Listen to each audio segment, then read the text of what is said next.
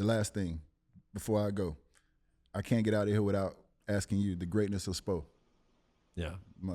Considered, even though he coached me, like a brother to me. Did you see it? Yeah. Did you see the greatness? Well, look at it was a hard decision.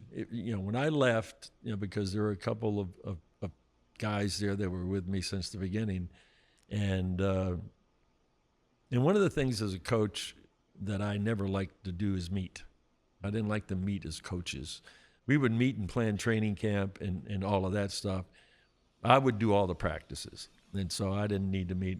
I wanted all the coaches, after a game to watch the film, and then to write down their notes and slide them under my door. And then I would take their notes and I'd compile their notes and I'd put them in my practice plan and everything. But I wasn't a big meeting guy, because when you get in coaches meetings, you start arguing with one another, and I appreciate people's opinions, so I want them written down. I don't want to get into an argument with them. And so I'm always trying to find my peace. 5 a.m. in the morning, I got 24 donut holes from Dunkin' Donuts and a big 18-ounce gulp coffee. And I got a little light shining on my desk, and I'm writing my practice plan over and over and over again. And Spo used to, and I'd see the blue cards come under my door, and I'd read all of the coaches, and every year Spo's comments got better, deeper,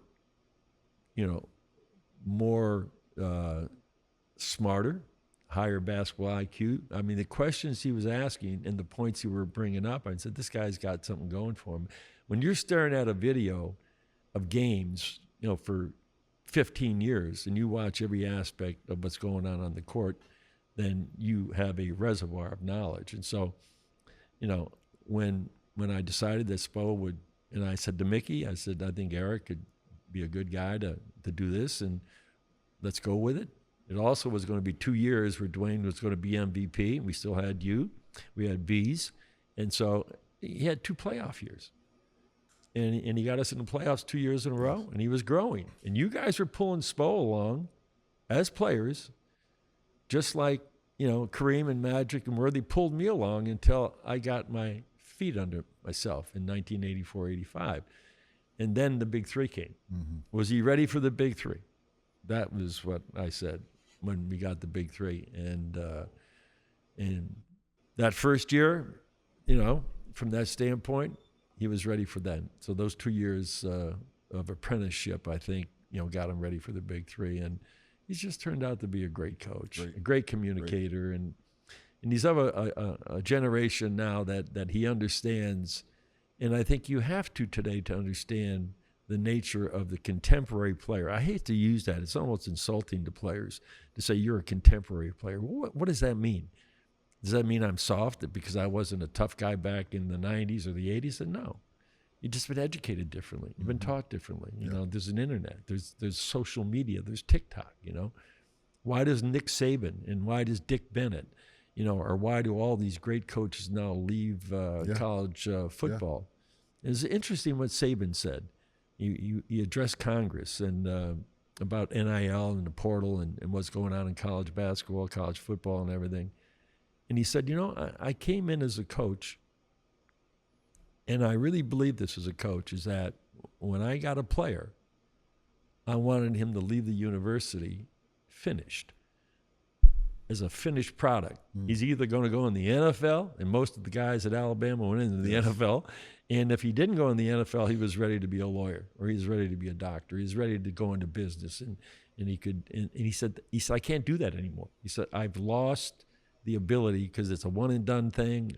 They're in a portal. They want more money. They go somewhere else. And so the great coaches are leaving the game because of their coaching purity of wanting to develop young men into great men. And so, that's my answer to the whole thing. What was your question, by the way?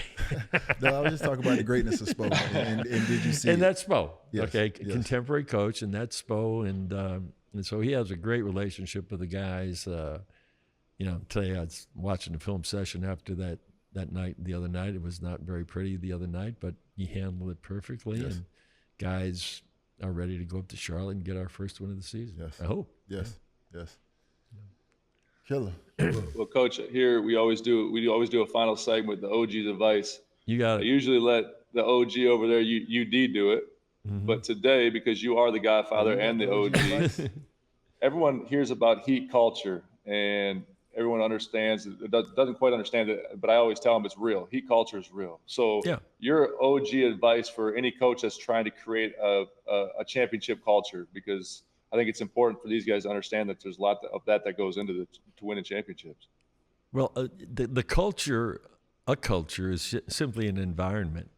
And so when you use the word culture, is you're trying to create the proper environment in which everybody can flourish, can work, can be part of something that's bigger than themselves. But I'll sort of leave it with this because it has to do with an individual. And I've stole this comment and this quote from an author unknown, but it should go this way: a player's, a coach's, a man's greatest fear should be their fear of extinction.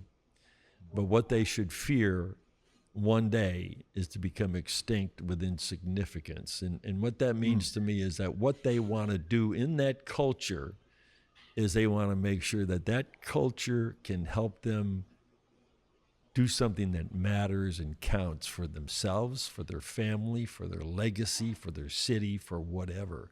And you can make it bigger than just a culture of just winning. And so that's what I think, Mickey and myself, when we got together, he wanted a culture that had a great work ethic to it. He wanted a culture of competency. He wanted a culture of reliability, and I think that's what he got. But really, at the end of the day, when players leave this game, they got to feel like they did something that mattered and something that counted. You've done it. UD has done it. And a lot of the guys that we've had here in Miami have done it. The ones who haven't done it here in Miami, they still feel it when they walk out the door. It's up to them to take it to another level then from there. Toughest, nastiest, most disliked. Toughest, nastiest, most disliked, and most conditioned team in the NBA. Yeah. That's what it is. That's the culture. Coach, we're going to let you get out of here, but the young guys, Bam, Tyler, the young guys, what's the next step? Well, that's up to them. You see, they got 6-7 years of experience. They've learned from you. They've learned from the veterans.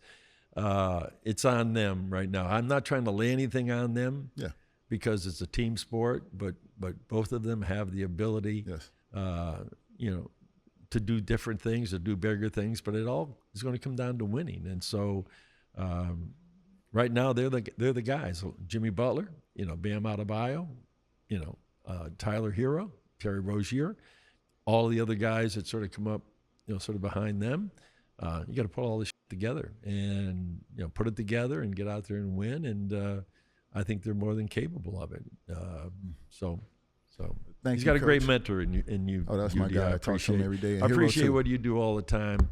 And every time I see UD, come in and talking to guys, or Zoe, talking to guys, and things of that nature. Mike, when you come down, other players come down. You don't realize how important it is for young players to have somebody come over and say something to them, whether it's good or bad, and they listen. I remember when Jerry West said to me, my third year in the league, I thought I was out of the league, and I went to the Lakers. I was at practice. I just got cut. They claimed me on waivers for $100, and I was in that gym an hour before they were going to have practice, getting up shots, and then Jerry West walks in, got a ball under his arm. He walks right up to me, and he says, "Pat, welcome to the LA Lakers. You're really going to help us." And he mentored me in a lot of ways, and that's what you're doing to our young guys. And I listened to him. Yeah. So anything he said to me, I listened to what he had to say, and he made me a better player, a better person. OG fam, we got another exciting week of hoops coming up, and I've got the perfect way to get you even closer to the action on the court. Right now, all new DraftKings customers who bet just $5 will get $150 in bonus bets if your bet wins. Just download the DraftKings Sportsbook app and sign up using promo code OGs. The crown is yours. That's right. New customers get $150 in bonus bets if your bet wins after betting just $5. And don't forget to stay in on the action and use your $150 in bonus bets on DraftKings same game parlays for a shot at an even bigger payout. Combine multiple bets together from the same game. If your sports betting is not yet available in your state, don't worry. You can still join in on all the fun with DraftKings Daily Fantasy and have a shot to win cash prizes. Download the DraftKings Sportsbook app now. New customers use my promo code OGs and bet just $5 on any wager and get $150 in bonus bets if your bet wins. That's promo code OGs only at DraftKings Sportsbook.